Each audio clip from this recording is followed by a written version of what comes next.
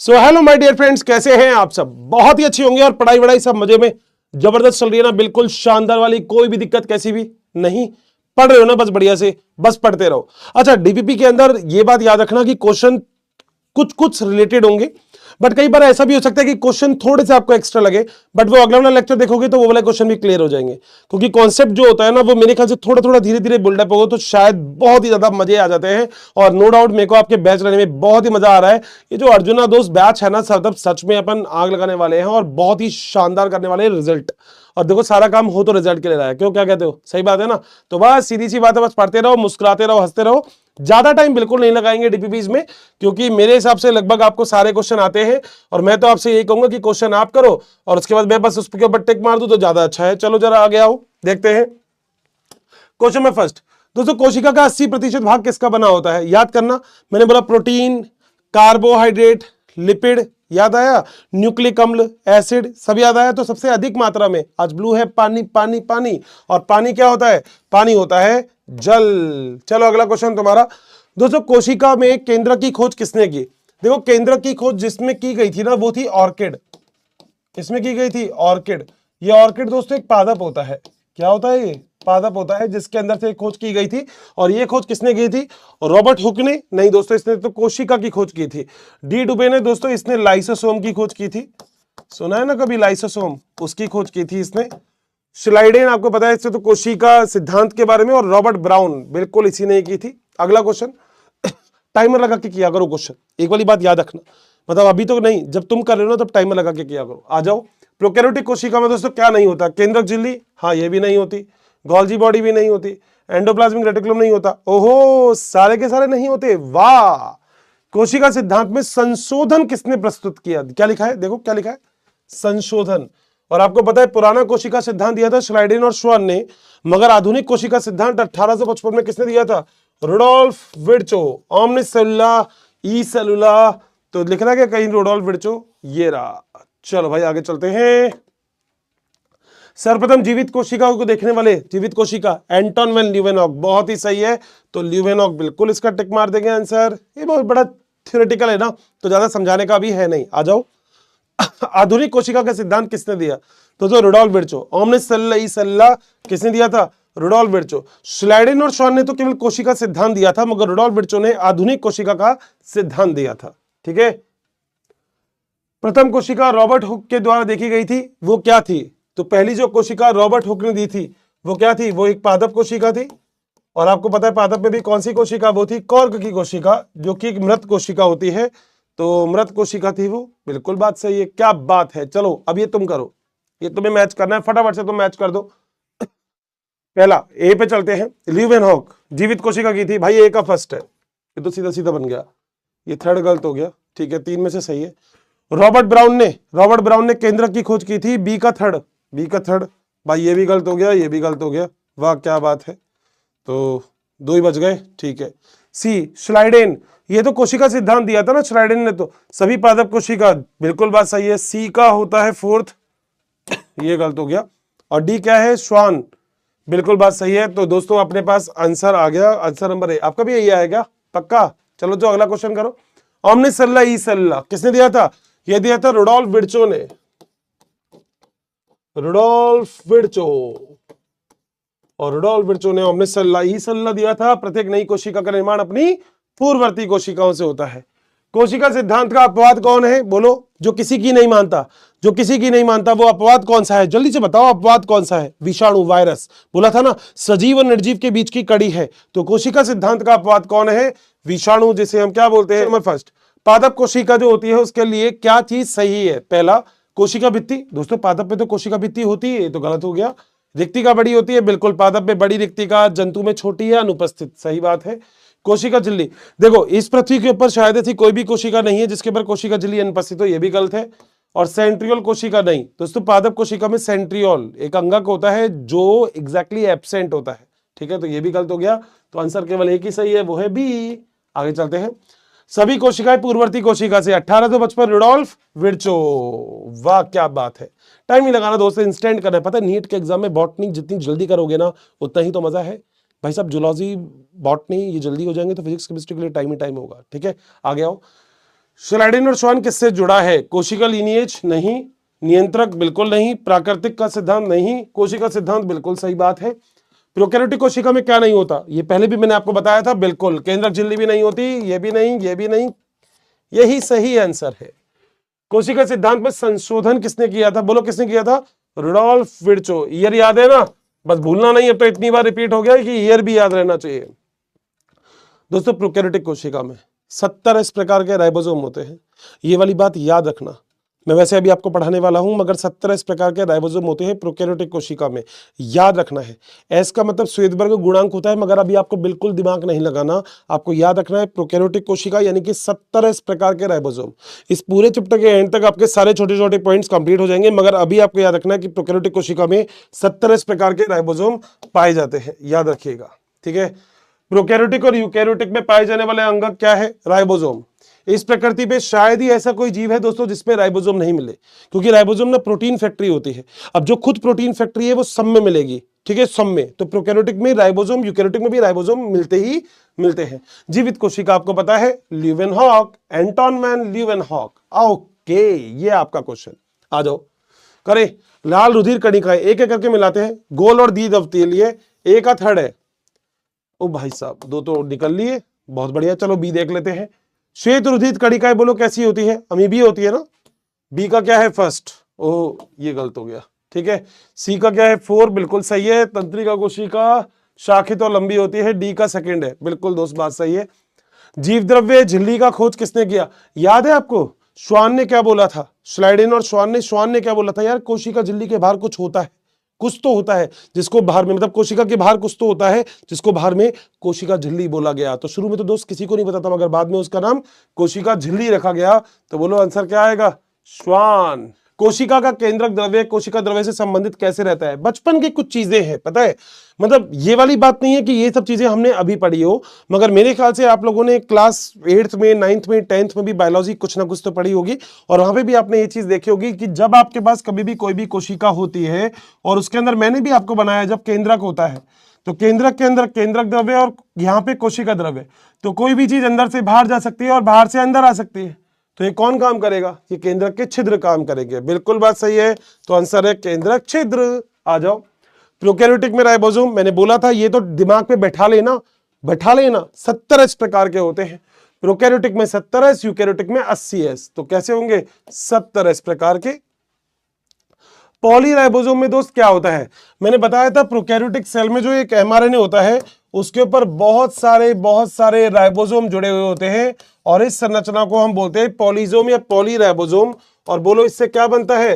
Protein, क्योंकि ribosome किसकी factory होती है? प्रोटीन की। तो बोलो क्या होगा? राइबोसोम और आरआरएनए? नहीं। पॉलीपेरोक्सिसोम? बिल्कुल नहीं, आरआरएनए तो होता ही नहीं। और एमआरएनए के ऊपर क्या होते हैं? बहुत सारे राइबोसोम। ये क्या होता है? एमआरएनए। और इसके ऊपर बोलो बहुत सारे क्या होते हैं? ये होते हैं राइबोसोम। बोलो क्या हो जाएगा? क्या यहां तक? बिल्कुल सही बात है हर्षित सर, हो जाएगा। अच्छा, मीजोसोम क्या होता है? यह कोशिका द्रव्य में प्लाज्मा झिल्ली के विस्तार में प्रोकैरियोटिक कोशिका की विशेष संरचना है। यह प्रोकैरियोटिक कोशिका की कोशिका भित्ति से संबंधित बिल्कुल नहीं। यूकैरियोटिक में तो दोस्त होती ही नहीं है, ठीक है। तो आंसर तो फर्स्ट ही आएगा, क्योंकि मीजोसोम माइटोकॉन्ड्रिया, याद है ना आपको, कई सारी चीजों में हेल्प करती है, श्वसन करने में हेल्प करती है, एंजाइम भी बनाती है, कोशिका भित्ति का निर्माण भी करती है, प्रतिकृतियन भी करती है, प्रतिकृतियन करने के बाद डीएनए को दोनों कोशिकाओं में स्थानांतरित भी करती है। ओहो, अगला क्वेश्चन इसी पे ही है, वाह। प्रोकैरियोटिक कोशिका में मीजोसोम क्या नहीं करता? भित्ति करता है, हाँ। डीएनए करता है, हाँ। श्वसन करता है, हाँ। प्रकाश संश्लेषण नहीं करता। तो आपका आंसर बोलो क्या हो जाएगा? 4। कोशिका भित्ति जीवाणु कोशिका में चिपचिपा प्रदान करती है? नहीं। आपको याद है मैंने ग्लाइकोकैलिक्स बताया था, ग्लाइकोकैलिक्स याद है? और मैंने आपको ग्लाइकोकैलिक्स के 2 पार्ट बताए थे, जिसमें एक था कैप्सूल, एक था स्लाइम लेयर, ठीक है। तो ये वाला काम तो स्लाइम लेयर का होता है, ये तो गलत हो गया। कोशिका भित्ति वो ग्लाइकोकैलिक्स मिलकर कोशिका के आवरण का निर्माण करते हैं, इनके कार्य नहीं। एक और चीज है, ठीक है, एक और चीज है, ठीक है, जिसका नाम कोशिका झिल्ली भी होता है। तो ये भी गलत हो गया, तो दोनों ही गलत हो गए, ठीक है। आगे चलते हैं। निम्नलिखित में से कौन सी कोशिका विशेष प्रोकैरियोटिक कोशिका को अलग कर सकती है? तो देखो, वैसे ये वाला क्वेश्चन एक्स्ट्रा है, तो आप इसको प्लीज एक बार एक्स्ट्रा में डाल सकते हैं। वैसे तो इसका आंसर 4 होगा, मगर कृपया करके अभी आप इसको नहीं पढ़ेंगे, ठीक है। बहुसूत्र में एमआरएनए से संबंध होकर क्या बनाता है? प्रोटीन। क्योंकि राइबोसोम किसकी फैक्ट्री होती है? प्रोटीन की फैक्ट्री। वाह क्या बात है, बहुत ही बढ़िया।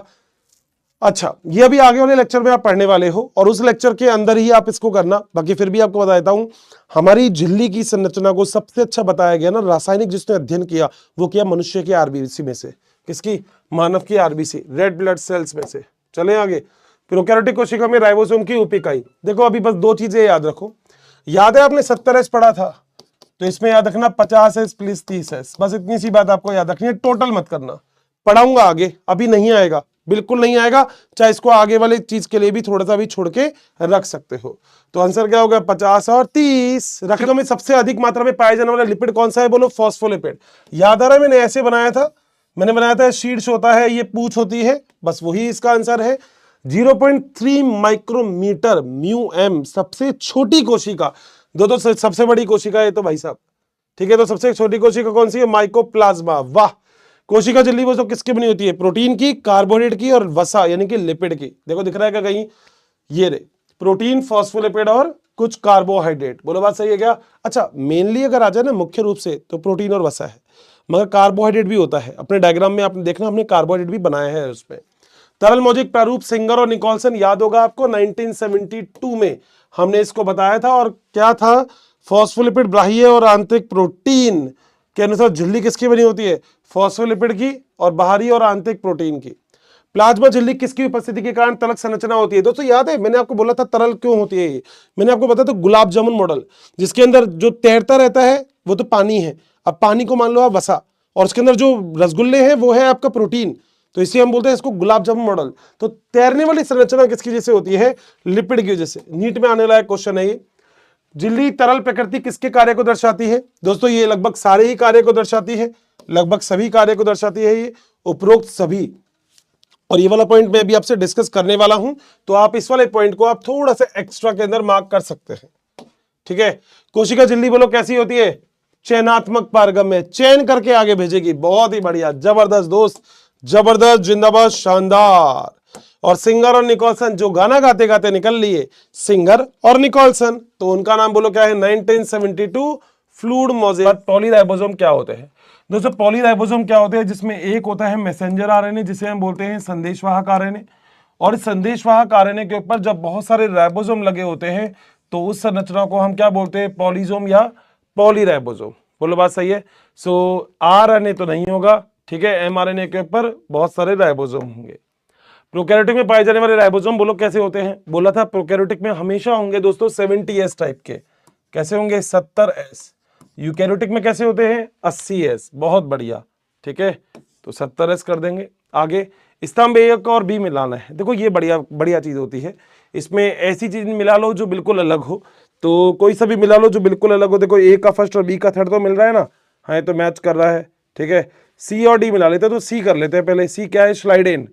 स्लाइडेन और श्वान, ध्यान है, तो स्लाइडेन ने पादप कोशिका के बारे में बात की थी और श्वान ने कोशिका भित्ति के बारे में बात की थी, याद है। छा जंतु का मगर उसके बारे में बात की थी, तो सी का तो हो जाएगा 4, सी का 4 यहाँ पे भी है, ठीक है, और डी का हो जाएगा सेकंड। अच्छा उत्तरी, डी का सेकंड यहाँ पे भी है। चलो आगे चलते हैं भाई, कोई बात नहीं, दो मैच करे तो ठीक है। ल्यूवेनॉक ने जीवित कोशिका को देखा था, ए का फर्स्ट, ये गलत हो गया। चलो भाई ऑप्शन नंबर फर्स्ट आ गया फिर तो, ठीक है। आओ, ग्लाइकोकैलिक्स के दो पार्ट होते हैं, जो टफ होता है उसे कैप्सूल, जो सॉफ्ट होता है उसे स्लाइम लेयर कहते हैं। तो ढीले आवरण जो होता है इसे तो स्लाइम लेयर कहते हैं, और जो ठोस आवरण होता है उसे कैप्सूल बोलते हैं, बिल्कुल। और देखो यहाँ पे मेरे साथ साथ स्पीड से करना, थोड़ा सा टाइम की ही तो सारी इंपॉर्टेंस है बस। जीवाणु कोशिका में आवरण की परतों का बाहर से अंदर की ओर सही क्रम होता है। बाहरी भाग क्या है? ग्लाइकोकैलिक्स, उसके बाद कोशिका भित्ति, फिर कोशिका झिल्ली। तो ग्लाइकोकैलिक्स, कोशिका भित्ति और कोशिका झिल्ली, ऑप्शन नंबर सी आना चाहिए आपका। कोशिका झिल्ली की संरचना के लिए सर्वोत्तम, बढ़िया, सबसे बढ़िया ह्यूमन आरबीसी, आपके एनसीईआरटी बोलती है कि मनुष्य की आरबीसी इसके लिए सर्वाधिक उपयुक्त माध्यम है। कोशिका झिल्ली का नवीनतम मॉडल क्या है? तरल मौजिक रूप किसने दिया था? ये सिंगर और निकोलसन। कब दिया था? 1972। याद है ना? भूल गए? बस याद रखना बेटा।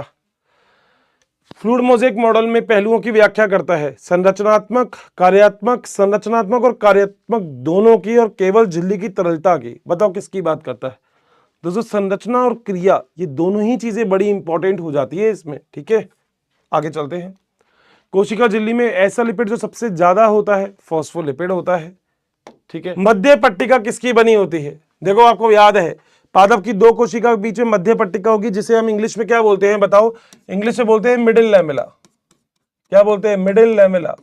और मेरे ख्याल से सारे बच्चों को पता है कि मिडिल लैमेला किससे बनी होती है? कैल्शियम और मैग्नीशियम पेक्टेट से। बोलो बस ये गया, क्या बात। इसे ही ना दोस्त प्लांट सीमेंट भी कहा जाता है। क्या? Plant cement. कोशिका भित्ति किसमें नहीं होती? माइकोप्लाज्मा में नहीं होती, सही है। अमीबा में भी नहीं होती और यूबा में भी नहीं होती। अमीबा पता है क्या होता है? प्रोटिस्टा। और प्रोटिस्टा में कोशिका भित्ति कुछ में मिलती है, कुछ में नहीं मिलती, ठीक है। तो उपरोक्त सभी डी आंसर आएगा इसका। कोशिका भित्ति किसमें मिलती है? पादप कोशिका में निम्न श्रेणी के पौधों में। दोस्तों पादप कोशिका में कोशिका भित्ति और किसकी मिलती है? सेल्यूलोज की मिलती है। याद है? चलो ये बता दो दोबारा क्वेश्चन, बड़ा आसान है तो जल्दी से बताओ। ऐसे गोला ये क्या है? जलग्राही। और नीचे वाला क्या है? जल विरागी। बोलो पढ़ा था कि कभी? बस आंसर बताओ।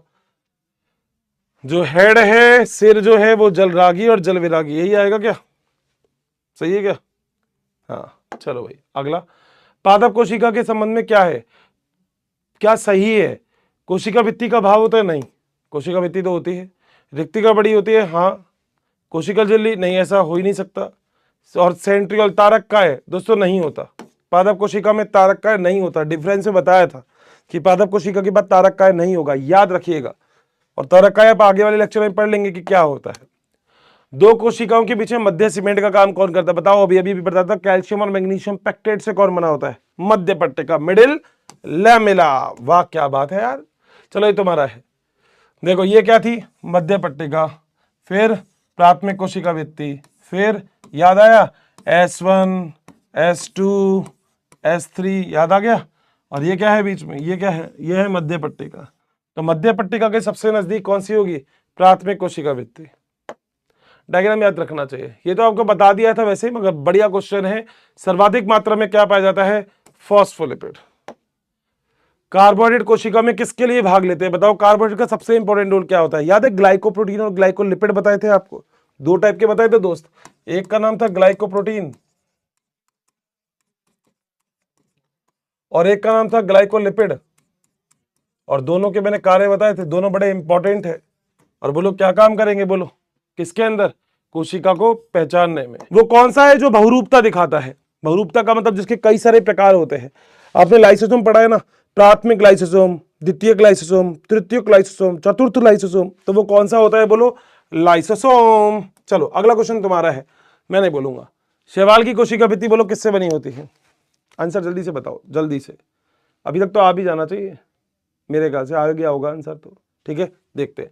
सेल्यूलोज बिल्कुल होता है, ग्लैक्टेंस होता है, हेमीसेल्यूलोज नहीं है, पादप के अंदर होता है, मेनेंस होता है, कैल्शियम कार्बोनेट बिल्कुल होता है, सुबेरिन नहीं, ये पादप के पास है। तो ACBF, ACB और F, हाँ ACBF दिख रहा है क्या? ये रहा, क्या बात है। कुछ गोलचिकाएं जो ट्रांससेल से निकलती है उसमें अम्ल में हाइड्रोलेज एंजाइम होते हैं। और आपको पता है जिसमें हाइड्रोलेज एंजाइम होंगे उसे हम क्या बोलेंगे? उसे हम बोलेंगे लाइसोसोम। लाइसोसोम। और लाइसोसोम दोस्तों और कुछ नहीं, कोशिका की क्या होती है? आत्मघाती थैली। तो इसे कौन सा लाइसोसोम बोलते हैं? प्राथमिक। जानते हो ना प्राथमिक लाइसोसोम क्या होता है? जिसके अंदर असक्रिय हार एंजाइम्स प्रेजेंट होते हैं। ये एक चित्र है जिसके अंदर कोशिकांग बताया गया है। पहचानो और लक्षण वाले विकल्प बताओ। चलो देखते हैं जरा, ये चित्र तो देख लो। ए क्या है? चलो देखते हैं। बी खुदरी अंतःपैथरी जालिका जो स्टीरॉयड, खुदरी अंतःपैथरी जालिका स्टीरॉयड नहीं बनाती भाई, प्रोटीन बनाती है, गलत हो गया। डी गोल्जी का है, गोल्जी का है तो डायग्राम में है ही नहीं। प्लाज्मोडेस्माटा नहीं, दो पादप कोशिका के बीच में प्लाज्मोडेस्माटा होता है, भी गलत है। और सी राइबोसोम में प्रोटीन बनाएगा, सही बात है। मध्य पट्टिका किससे बनी होगी? कैल्शियम और मैग्नीशियम पेक्टेट से। बहुत ही इंपॉर्टेंट क्वेश्चन है दोस्तों, नीट पॉइंट ऑफ व्यू से मार्क कर लेना। अच्छा, आप में से बहुत सारे बच्चों ने बोला हर्षित सर क्या ये क्वेश्चन लिखे क्या? देखो मेरे हिसाब से क्वेश्चन के बाद सीधा आंसर लिख लो तो ज्यादा बढ़िया है, बाकी आपकी इच्छा, कोई दिक्कत नहीं, लिखना चाहो तो लिख सकते हो। गोल्जी का कार्य नहीं है, पदार्थ की पैकिंग करता है, उत्सर्जी पदार्थ का भंडारण नहीं करता, ग्लाइकोप्रोटीन ग्लाइकोलिपिड बनाता है। तो बी आंसर आएगा इसका, ठीक है। आओ जल्दी बताओ। कोशिका में निर्यात करने के लिए पैकेजिंग कहाँ होती है बताओ?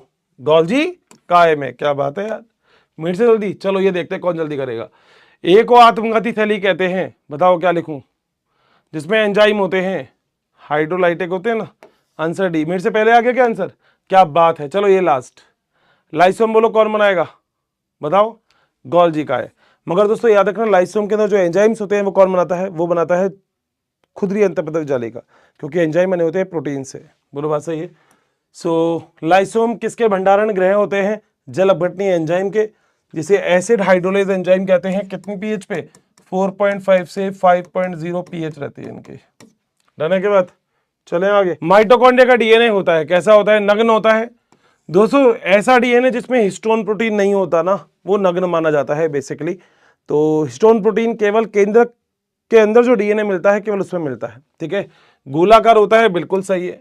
दो सूत्री होता है, यानी कि दो सूत्र का होता है, एक सूत्र और दूसरा सूत्र, बिल्कुल सही बात है। तो जब ये सारे ऑप्शन सही है तो उपरोक्त सही। शक्ति ग्रह बोलो कौन कोशिका का कौन सा है? केंद्र के क्या? डीएनए। सूत्रकणिका, दोस्तों सूत्रकणिका को क्या बोलते हैं? माइटोकॉन्ड्रिया। और ये बिल्कुल सही आंसर है। चलो अगला क्वेश्चन तुम्हारा। अर्ध स्वायत्तशासी अंग जो अपना निर्माण खुद कर लेता है, और मैंने बोला था अर्ध स्वायत्तशासी अंग वो होगा जिसके पास खुद का डीएनए, जिसके पास खुद के आरएनए और जिसके पास खुद के राइबोसोम होंगे, वही कौन सा होगा? अर्ध स्वायत्तशासी अंग होगा। तो सूत्रकणिका होगा। दोस्तों यहाँ पे ना अगर हरित लवक भी होता तो भी आंसर सही था। हरित लवक और माइटोकॉन्ड्रिया ये दोनों अर्ध स्वायत्तशासी अंग है। ठीक है। आओ, सूत्रकणिका के अंदर जो पदार्थ मिलता है उसे क्या बोलते हैं? मैट्रिक्स या धात्री बोलते हैं। बिल्कुल बात सही है। पता है स्ट्रोमा कहाँ होता है? ये होता है हरित लवक में।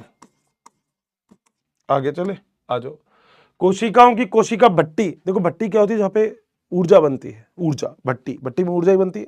अब कोशिका में ऊर्जा कौन बनाता है? सूत्रकणिका, माइटोकॉन्ड्रिया। वाह क्या बात है, आंसर तुम सही बताते हो बिल्कुल। क्रिस्टी कहाँ पाई जाती है? याद है क्रिस्टी? कुछ उंगलीनुमा उभार पाए जाते हैं, कुछ उंगलीनुमा उभार जिसे क्रिस्टी कहा जाता है। ये उंगलीनुमा उभार बोलो किसके अंदर मिलेगा? ये सूत्रकणिका में। क्या बात है। माइटोकॉन्ड्रिया के आंतर झिल्ली में जो अंतर्वलन होते हैं उसे क्या बोलते हैं? क्रिस्टी। सही बात है।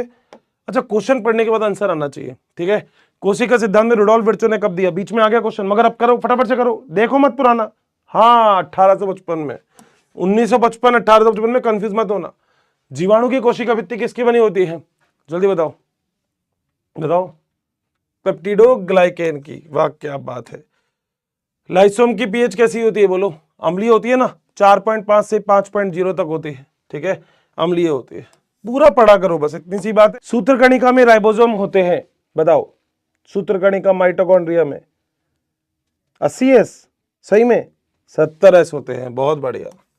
ठीक है, 70S की दो इकाई याद है?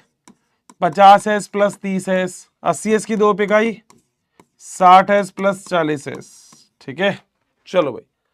पॉलीजोम में दो भाग लेते हैं, एक तो राइबोसोम और दूसरा mRNA। वाह क्या बात है। अरे आप तो मेरे से पहले कर दिए हो, जबरदस्त। प्रोकैरियोटिक में पाए जाने वाले राइबोसोम कैसे होते हैं बताओ? प्रोकैरियोटिक में ये बिल्कुल सही बात है। चलो तुम कर दो भाई, मैं नहीं कर रहा। अब काठ का कौन सा है जो गाड़ी के पहिए के समान मिलता है? तारक काय। बहुत बढ़िया, तारक काय, तारक केंद्र, एक ही बात है। 9+2 या 9+0? 9+0 आप पढ़ लोगे। वैसे जीवाणु में सेंट्रियोल या सेंट्रोजोम उपस्थित होते हैं। देखो मेरे ख्याल से ये आप अगले वाले लेक्चर में पढ़ोगे, बट अगले वाले लेक्चर में पढ़ोगे तो एक बार वापस से देख लेना इसको। सेंट्रियोल और सेंट्रोजोम जीवाणु में उपस्थित होते हैं। दोस्तों जीवाणु में तो बिल्कुल नहीं होंगे। साइनोबैक्टीरिया, नीलर शैवाल में भी नहीं होंगे। हरे पादप में सेंट्रियोल नहीं मिलता है, तो केवल आंसर क्या आएगा? जंतु में। तारक केंद्र में परिधीय फाइब्रिल होते हैं, आपको पता है वो 3 होते हैं, A, B और C। जीवाणु में कशाभिका में एरे होते हैं। कशाभिका कैसा होता है? कशाभिका सीलिया और फ्लैजेला जो होता है ना, ये होता है 9+2, 9+2 का। तारक काय में तारक केंद्र कितने होते हैं? तारक केंद्र बताओ जल्दी से, फटाफट से। 2 होते हैं। ठीक है, शायद अभी अगर आपने नहीं पढ़ा तो अगले लेक्चर को देख के कर लेना ये वाला क्वेश्चन। तो ये और ये एक दूसरे के लंबवत होते हैं तारक केंद्र, जो कितना होता है? 90 डिग्री का एंगल बनाते हैं। मेरे को मैसेज जरूर कर देना अगर कर लिया हो तो। हरित लवक में अप्रकाशीय अभिक्रिया कहाँ होती है? प्रकाशीय अभिक्रिया होगी ग्रेना में या थाइलोकॉइड में, और अप्रकाशीय अभिक्रिया कहाँ होगी? स्ट्रोमा में, जिससे भोजन का निर्माण होता है। एक कोशिका में कोशिकीय कंकाल क्या काम करता है? परिवहन का, आकार का, अंगों को सहारा और उत्सर्जन के लिए महत्वपूर्ण। दोस्तों उत्सर्जन के लिए महत्वपूर्ण क्या कार्य नहीं है? उत्सर्जन। कंकाल का काम उत्सर्जन का नहीं होता, वो शरीर की शेप और साइज को बना के रखने का कार्य होता है। ठीक है। यूकेरियोटिक कोशिका में क्या सही नहीं है? ठीक है, देखते हैं। कोशिका भित्ति पेप्टिडोग्लाइकेन से बनी होती है? नहीं। पेप्टिडोग्लाइकेन से कोशिका भित्ति किसकी बनी होती है? जीवाणु की। और जीवाणु बोलो क्या होता है? जीवाणु तो होता है प्रोकैरियोटिक। तो दोस्तों आपका आंसर यही है, क्योंकि यही गलत कथन गलत है। निम्नलिखित में से कौन सा कोशिकांग एक झिल्ली से होता है? देखो हरितलवक 2 झिल्ली का होता है, लैन का 1 झिल्ली का, केंद्रक 2 का, सूत्रकणिका 2 का। आंसर यही आएगा फिर। चलो अगला क्वेश्चन तुम्हारा, जल्दी से। कौन सी संरचना बैक्टीरिया में माइटोकॉन्ड्रिया की कार्य करती है? जल्दी बताओ, माइटोकॉन्ड्रिया की तरह इनमें से कौन सा काम करती है? बताओ। मीजोजोम। क्या बात है। अगला, माइटोकॉन्ड्रिया एक अर्ध स्वायत्तशासी अंग है। बिल्कुल सही बात है। पूर्ववर्ती अंगों के विभाजन से बनते हैं, डीएनए होता है, लेकिन प्रोटीन संश्लेषण नहीं होता। नहीं, प्रोटीन संश्लेषण होता है ना, राइबोसोम होते हैं इसमें।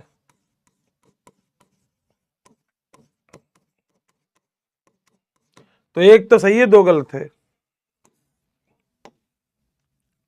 कोशिका की विभिन्न प्रकार की गतिविधियों का मुख्य क्षेत्र क्या है? प्लाज्मा झिल्ली? नहीं नहीं नहीं नहीं नहीं नहीं नहीं, क्या है? साइटोप्लाज्म। ठीक है, कोशिका द्रव्य। ये तो एनसीईआरटी की लाइन है, अगर मैं गलत नहीं हूं तो। ठीक है। जीवाणु किसके द्वारा चलने में सक्षम होंगे? बताओ। दोस्तों याद रखना, पक्षमाप तो होते ही नहीं है, केवल कशाभिका होती है। ठीक है, फ्लैजेला होता है। ठीक है, तो बहुत बढ़िया। फिर मिलते हैं अपने अगले लेक्चर में। Thank you so much, have a nice day, bye bye, take care.